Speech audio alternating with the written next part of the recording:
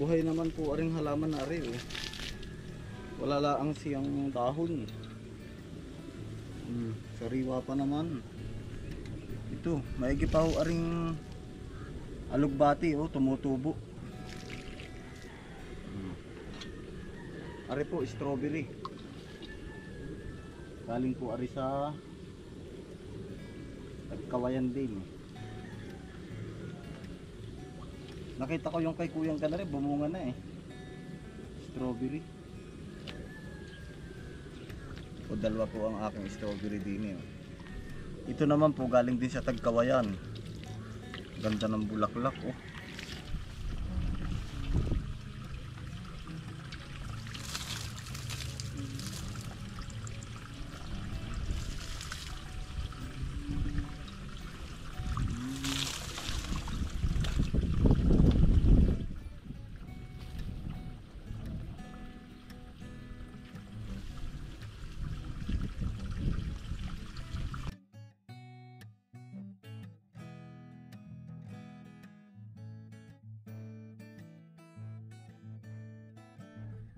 Ayun po mga kalayas, good afternoon po.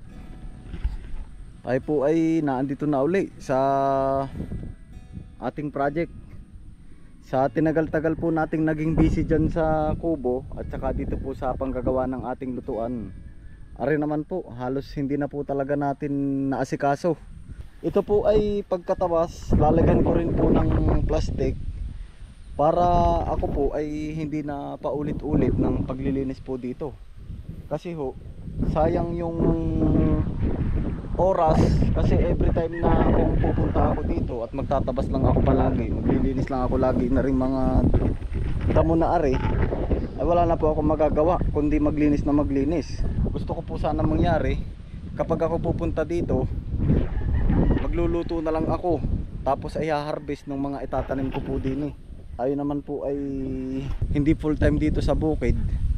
Kaya nagawa ho ako ng paraan na hindi ako kayang agadin nitong mga damo. Ayan, ang bilis ho. Talagang hindi ho tayo mananalo sa damo. Tama yung sinabi ni Kuya Kabispring.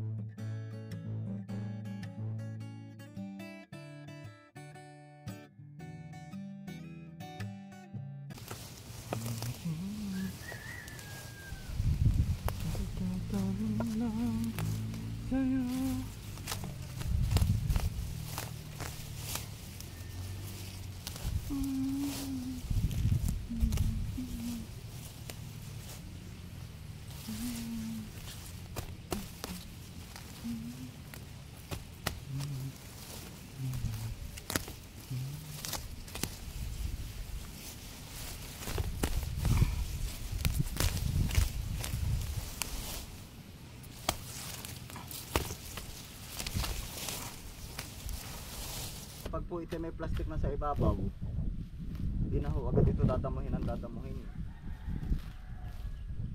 Taba ng lupa.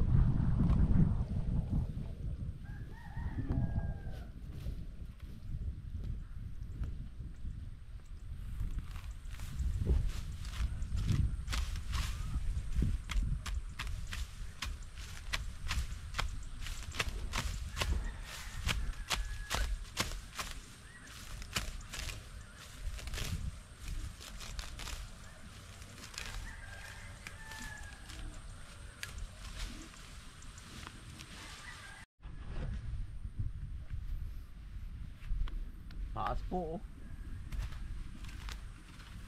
Matagal-tagal na rin po hindi nakapag asikaso na rin mga plots na rin. Buwan din. Kaya mabilis lumago ari mga damong ari. Ganun taba po ng lupa. Gawa ng arihong pisto na ari. Pinagdayamihan po ito yung mga nabulok na dayami. Ay, at itim na itim oh.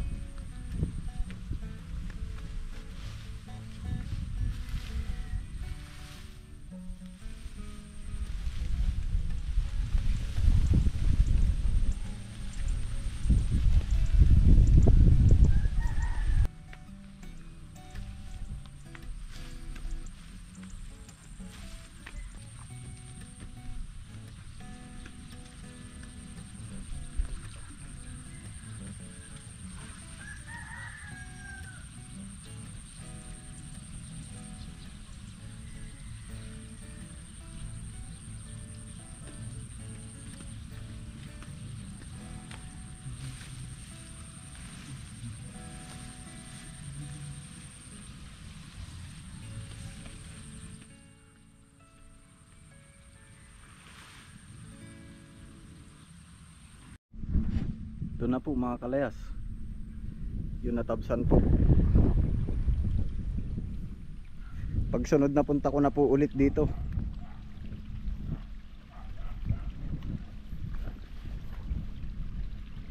Ganda po nung ating mga Vietnam rose oh.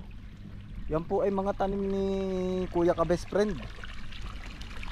Lakas po pati ng tubig oh. Ayan po.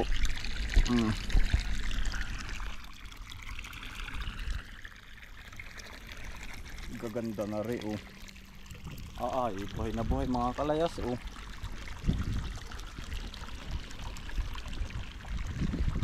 Dami oh. Para magkaibang kulay pati oh. Mayroong pink na pink tsaka yung medyo light lang.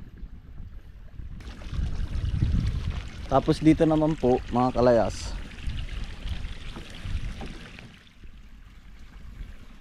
ganda po ng tunog. Nitong lagaslas ng tubig. Pakinggan nyo po. Ito po ay lalagyan ko ng siguro dito kawayan na baak. Tapos may salangas sa ilalim.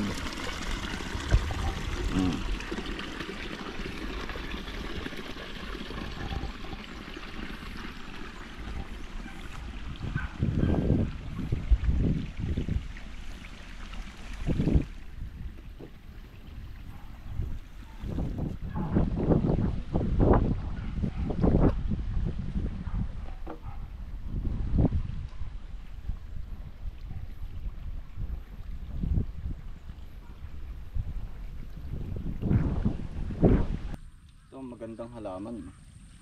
Ito po ay galing sa Tagkawayan.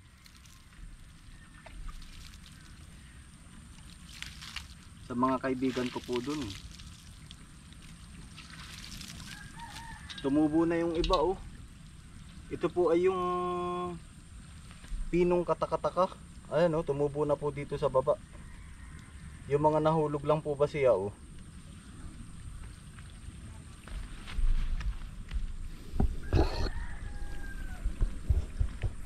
Ito po yung nabulaklak ng kulay pula.